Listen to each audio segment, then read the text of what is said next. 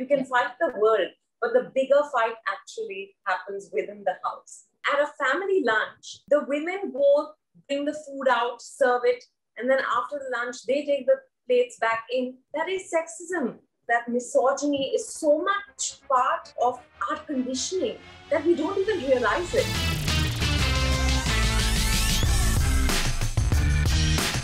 Hi Vidya, such a pleasure to have you with us on Sunday Brunch. Usually हम हमारे guest को एक बहुत ही delicious brunch के साथ treat करते हैं, but today you will have to make do with the delicious company. That is me. And hopefully delicious conversation. But thank you, Kamya. Vidya, there is one thing common between you and me. We both have grown up in the same neighborhood, that is Chembur. So I spent not just my childhood, but a large part of my life in Chembur. Wow. You know, so it has a very special place in my heart. And when someone says they're from Chembur, I become partial towards them. Oh, I'm glad I'm starting off my conversation on that note in that case. So what's your favorite memory from that place? From Chembur, oh my God, you know, there's not one. I spent 31 years in Chembur. So I have too many memories growing up, the neighborhood where I grew up, you know, 11th Road, which is close to Chembur Church. And then the school I went to, St. Anthony's Girls High School. Every nook and cranny of Chembur has memories attached here. Absolutely. And in terms of food, because Curly Tales is known for its food and travel recommendations. So anybody who comes to Chembur, what is your go-to recommendation for that person? Oh my God, Gupta Bhel. Gupta Bhel was the best for Bhel Puri, Sev Puri, Pani Puri, Dahi Banana Puri. Muh pani aa gaya mere. And they say even Raj Kapoor used to go there to eat Bhel, you know, because it's so iconic. Let's talk about your film Sherni. I saw the trailer and it looks fantastic. See, now Curly Tales is a travel platform. So hamara dhyan, other than you, of course, was on the jungles of Madhya Pradesh. So yeah. What was your experience? Isn't it beautiful to be surrounded by nature in its truest form? Oh, absolutely. And, you know, of course, I've been to MP before, but on very short trips, promotional trips, basically to promote my films. But इस बार मैं वहाँ बहुत मतलब एक महीने से ज़्यादा रही. The first schedule was about 2 weeks. The second schedule was almost a month. And it was just wonderful. Those 1.5 months in the middle of the jungle. And, you know, I also stayed in a tent in the first schedule. It was so beautiful. I think nature is very humbling here. Were you at any point scared of animals being in the jungle? No, you know, obviously I think when you're in the jungle, you're very acutely aware of every little rustle of the leaves, of creepy crawlies and all of that. But I have to say that it's actually a very freeing experience. Of course, you know, even the shoot was very smooth because we were very well planned before we went there. You were allowed only a few hours of shoot every day. So, you know, you couldn't leave anything to the last minute. And you had to keep the sound decibels really low. So I think all of this just created an atmosphere where we were one with nature and, you know, we were just enjoying being there. I think it's our most natural state, honestly. There is a Sherni in all of us. So tell me, what triggers the Sherni in you? No, I think just survival. And when I say survival, I don't mean survival in the most basic sense. I mean survival in terms of wanting to live your dreams, wanting to challenge the status quo, all of that. You know, all of that triggers me. The need to be myself triggers the Sherni in me. Today, Vidya, we're going to be calling some real life Shernis on the show and find out about their struggles as well. Let's welcome Natasha Noel, who's a social media influencer spreading awareness about body positivity. We have Isha Kuti, who's a hula hoop expert, who's actually trained me, even though she's 10 years younger than me. We've got Meera, who's F4 racer. And we have Chineta, who's the transgender doctor. Ladies, a very warm welcome to Curly Tales. And it's so heartwarming to see you girls choose an offbeat track in your life. And I would like to get thoughts from each one of you as to what triggers the Sherni in you girls. Dr. Sunetra, it must be hard for you, or rather for others, to not see you accept the gender you were born with. You were declared male at the time of your birth, but you never felt that way. कितना आसान और मुश्किल था आपके लिए अपने parents को convince करना who've given you birth about how you were feeling, and wasn't that the hardest part? I first told them when I was, I think, 13 years old. I was very young and I didn't have the right words for it. So मैंने कुछ बोल दिया ऐसे, and they didn't quite get it. You know, they, like Vidya ma'am said, we're all raised in a certain kind of society and conditioned a certain way. And things like, you know, LGBTQIA plus issues are not really spoken about at home or even in school or anywhere else for that matter, including cinema and films. So when I came out to them, they were completely clueless. They didn't know what they were dealing with, right? And all I was saying is, "Acha dekho, I'm a girl. This is who I am. I've always been this way," because that's all I knew. तो बहुत मुश्किल था, you're right, to convince them over 10 years. I'm 23 now, to sort of understand what this is all about, and that, you know, your gender identity is who you say you are and who you feel on the inside, and that's what matters. And like you said, I was assigned male at birth, but unfortunately, given the fact that I was always a girl, on the inside, it attracted so much violence, so much harassment as a child and even in my teenage years, because I was nothing like the other boys, so to speak. You know, Vidya ma'am's wearing a sari. The sari is my favorite garment. Just didn't have one today. But yeah, I flaunted my looks in saris constantly, even before I transitioned. So of course, a lot of negative attention, you know, and log kya kahenge types. But my parents, I'm very fortunate that they have accepted me eventually after so many years, and things are sort of getting there. When you know who you are and you put yourself out there and you assert yourself that main ye hoon, that gives you a whole lot of strength. Natasha, I was going through your Instagram feed and saw that how you pin comments on your body parts, or, you know, anybody who has been sexist in any way, you don't think twice to bring that person down, even though a lot of women, you know, would take a backseat because our conditioning has always been like, you know, ignore it instead of fighting it out. I always wanted to be someone else and not me. And then finally, when I was comfortable being me, in everything, in all aspects of, you know, body parts, of cellulite, of stretch marks and all of that, nothing put me down because I was confident in being me. And like the Sherni also has stripes, so do we, right?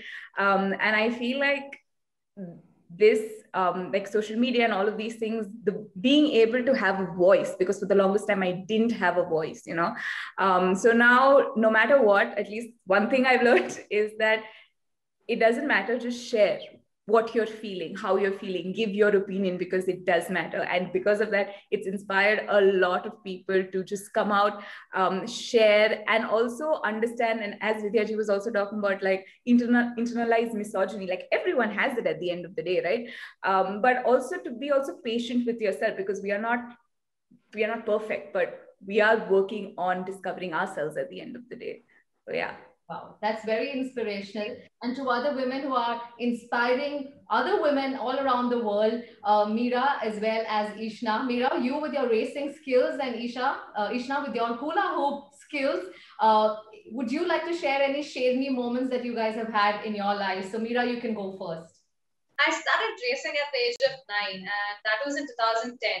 So at that point of time, nobody really, you know, were comfortable with the fact that girls can race into a male-dominated sport.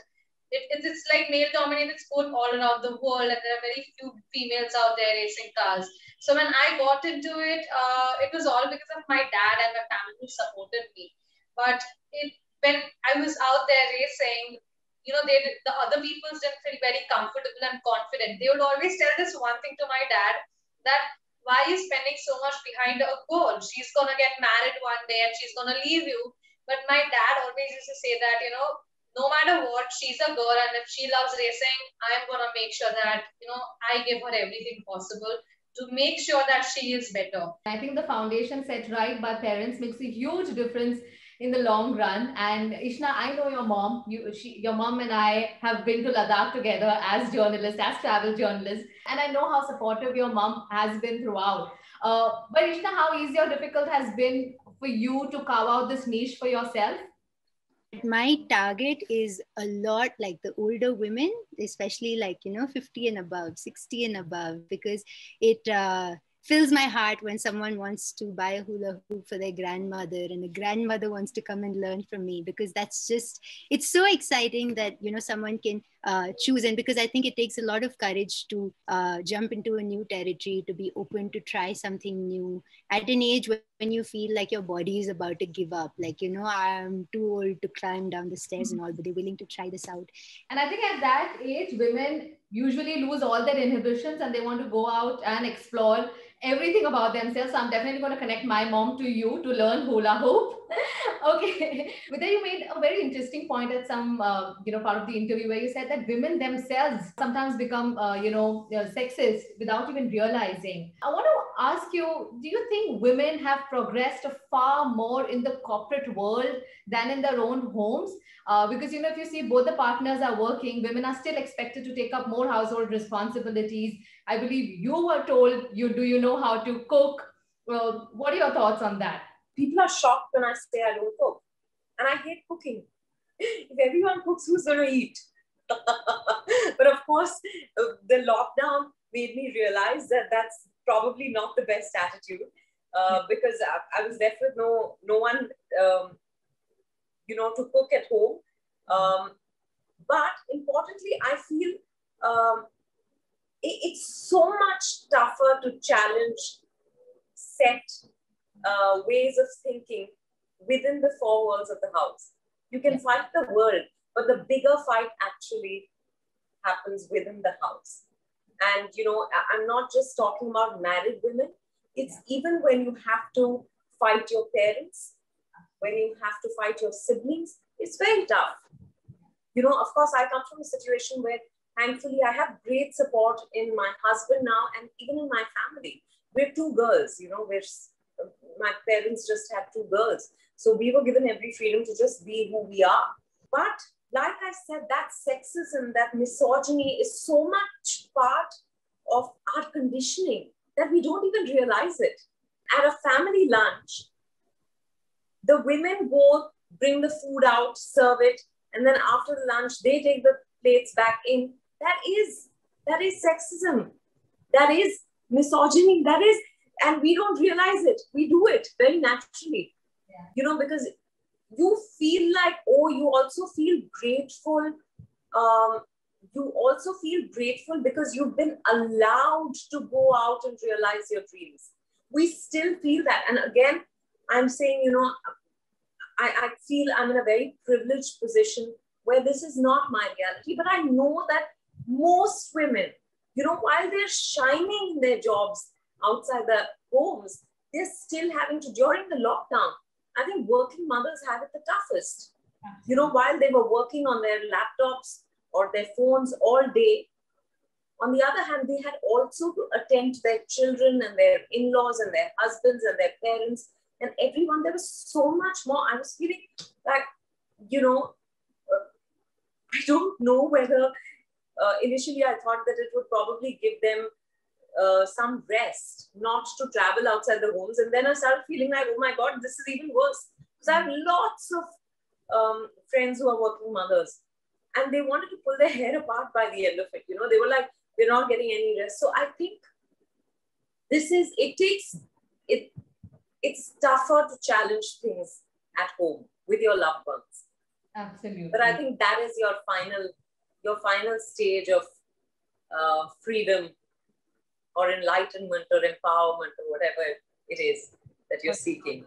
Yeah. So there are a lot of women are watching us right now who may be in different situations. I'm going to give you like 4 situations and you have to help us or women as to what they should do in a situation like that. Very quick response and a quirky response. Okay. Sure. The first one, your parents let your brother go for a party that you've been denied.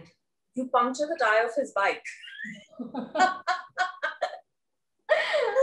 Or better still, steal the keys and you go away on that party. Okay. Your partner, the love of your life, says nasty things about your parents. I think respect is very important in relationships. And if someone does not show your parents respect and in turn is not showing you respect, I think first conversation is very important. We all have, these are natural situations. They happen often within families. But I think if it's happening often, then at some point you have to ask him to shut up. Your in-laws want you to wear the best jewelry ever for a social gathering. I don't know what to say to that because I don't wear jewelry at all. No, do as you please. You must dress up for yourself. And, I can sit here and say all this. I just want to make it very clear that it's very important. It's very easy to dispense advice and to say you can do this and make fun of the situation and say, puncture the tire of your brother's bike and all that. But reality is very different. I'm well aware of that. And I think you have to find a way to communicate to the people you love and make sure that they understand. And sometimes if they don't, it's absolutely okay. Over time, when you stick to your beliefs, when you're consistent, they will come around, whether in the bigger decisions or something like a party. And you have to make sure that you can take care. You have to make sure that they know you can take care of yourself. Okay, finally, the last one. You find out that your male counterpart is being paid a lot more than you for the same job. I lose my cool completely, especially because I believe that in most instances, I'd be doing a better job than him. I'd fight tooth and nail for my pound of flesh. Okay. Well, I also honestly believe that women are far more better leaders and better workers, even in the corporate world, because there's so much, we just are born with something that we want to prove ourselves. So we put it. Yeah, I guess there is that pressure on us to prove ourselves. We can't take it for granted, which is why I think in most situations we outperform men. And I'm not making a judgment of the abilities of men or anything like that or talking them down, but women end up doing better because of this pressure to prove ourselves. Lovely talking to all you women out there. Thank you so much for sparing time chatting with me. Thank you, Kamya. Lovely talking to you. Thank you.